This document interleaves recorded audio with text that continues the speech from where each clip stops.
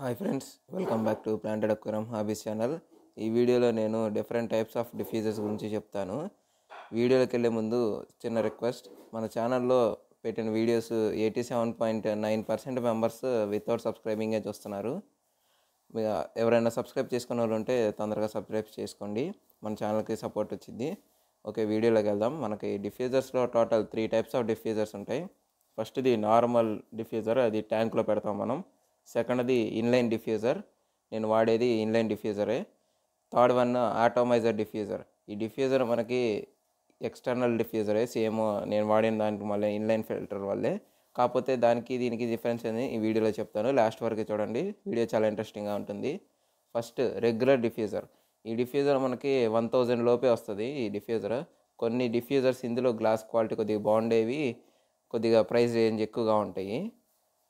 Okay, ఈ diffuser వల్ల minus points ఏంటంటే ఇది బబుల్స్ కొద్దిగా పెద్దగా వదులుతుంది. దీనికి మెయింటెనెన్స్ కొంచెం ఎక్కువ ఉండిద్ది. ఈ డిఫ్యూజర్కి మెయింటెనెన్స్ ఎక్కువ అంటే ఏముండిద్ది అంటే మనం బయటికి తీసుకోవాలి. ఫస్ట్ మంత్లీ ఒకసారి డిఫ్యూజర్ బయటికి తీసి మొత్తం వైర్స్ మొత్తం పైప్స్ అన్నీ తీసేసేసి బయటికి తీసుకొని మొత్తం దానిపైన సిరామిక్ ప్లేట్ ఒకటి ఇస్తారు వైట్ కలర్ది, దాని మీద పాచి పట్టిద్ది మనకి. ఆ పాచి మొత్తం నీట్గా క్లీన్ చేసుకోవాలి.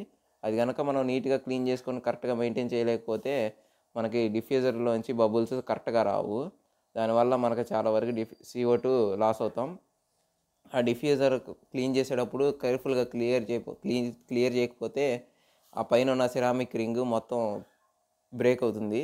అది బ్రేక్ అయితే మనకి CO2 మొత్తం డైరెక్ట్ బబుల్గా వచ్చేసేసి మనకి ట్యాంక్లో కనబడతా బాగా డిస్టర్బెన్స్గా ఉండిద్ది. దానివల్ల సరిగ్గా పనిచేయదు డిఫ్యూజర్. ఎక్కువ అమౌంట్లో రిలీజ్ అయిపోయింది CO2, కరెక్ట్ అమౌంట్లో రిలీజ్ అవుతుంది. దానివల్ల ఇది మెయిన్ మైనస్ పాయింట్. మనకి సెకండ్ ఇన్లైన్ డిఫ్యూజర్, మనకి స్టార్టింగే 2000 నుంచి ఉంటాయి ఇవి. కొన్ని అయితే 1500 నుంచి కూడా స్టార్ట్ అవుతాయి కొన్ని. ఓకే, దీనివల్ల మనకి లాభం ఏంటంటే ఇది ఎట్లాంటి ఎక్స్టర్నల్ ఫిల్టర్కైనా పెట్టచ్చు మనం. ఇది మనం పెట్టాలంటే కంపల్సరీ ఫిల్టర్కే పెట్టాలి. ఇది ట్యాంక్ లోపల పెట్టడానికి కుదరదు. మనకి ఫిల్టర్ అవుట్లెట్ పైప్ ఉండిద్ది కదా, ఫిల్టర్ నుంచి ట్యాంక్లోకి వాటర్ వచ్చే పైపు, ఆ పైపుకి మధ్యలో కట్ చేసి దీన్ని పెడతాం.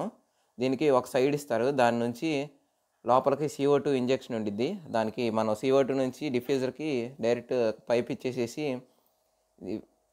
టర్న్ ఆన్ చేయటమే ఫిల్టర్ని. ఆటోమేటిక్గా CO2 ఆన్ అవ్వగానే CO2 దీని లోపలికి వచ్చింది. దీని లోపల రాగానే వాటర్తో మిక్స్ అయిపోయి చిన్న చిన్న బబుల్స్ కింద అయిపోయి మనకి ట్యాంక్లోకి వెళ్ళిపోతాం జరిగిద్ది.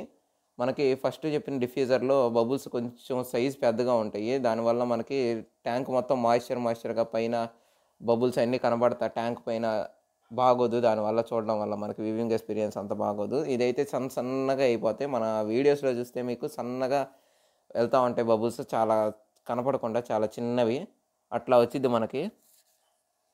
దీంట్లో మనకు మెయింటెనెన్స్ ఎక్కువే ఉండదు. దీంట్లో కూడా సిరామిక్ రింగ్ ఇస్తారు లోపల. దానికి మనం ఎట్లా మెయింటైన్ చేసుకోవాలంటే ప్రతిసారి మనం తీసుకునే పని లేదు. మంత్లీ 1 టైము మనం ఎప్పుడో ఒక 1 ఇయర్కి లేదంటే 6 మంత్స్కి అట్లా తీసినప్పుడు నీట్గా దాన్ని కొద్దిగా జాగ్రత్త క్లీన్ చేసుకుంటే ఒక్కసారి సరిపోద్ది. మెయింటెనెన్స్ ఎక్కువ అవసరం లేదు దీనికి, అందుకని నేను ఇది వాడాను.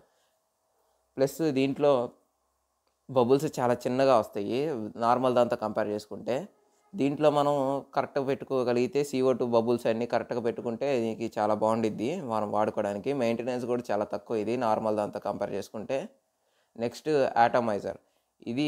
దీనికి వాడాలంటే మినిమం మన దగ్గర ఎక్స్టర్నల్ ఫిల్టర్, ఇది కూడా బయటే పెట్టాలి దీనికి. కాకపోతే ఫిల్టర్ ఫోర్స్ కొద్దిగా ఎక్కువ ఉండాలి నార్మల్ దాంతో పోల్చుకుంటే. ఈ ఫిల్టర్ ఫోర్స్ మనకి మినిమం 1000 లీటర్స్ పర్ అవర్ అట్లా కెపాసిటీ ఉంటాయి మనకి మోటార్స్. ఆ మోటార్ ఉన్న ఫిల్టర్ మాత్రమే దానికి వాడగలం. నార్మల్ది పెడితే దాని లోపల నుంచి మనకి అంత పర్ఫెక్ట్గా జరగదు. CO2 దాంట్లో కలవటం అదంతా అంత కొంచెం ఇబ్బందిగా ఫీల్ అవుతాం మనం. దానివల్ల కొన్ని ప్రాబ్లమ్స్ కూడా వస్తాయి. దాని గురించి కూడా కావాలంటే వీడియో చేస్తాను నేను. వీడియో కనుక మీకు నచ్చినట్టయితే లైక్ చేయండి, షేర్ చేయండి. ఇలాంటి మరిన్ని వీడియోస్ కోసం మన ఛానల్ని సబ్స్క్రైబ్ చేసుకోండి. ప్లాంటెడ్ అక్వేరియం గురించి ఏమైనా డౌట్స్ ఉంటే కామెంట్లు అడగండి, నేను రిప్లై ఇస్తాను.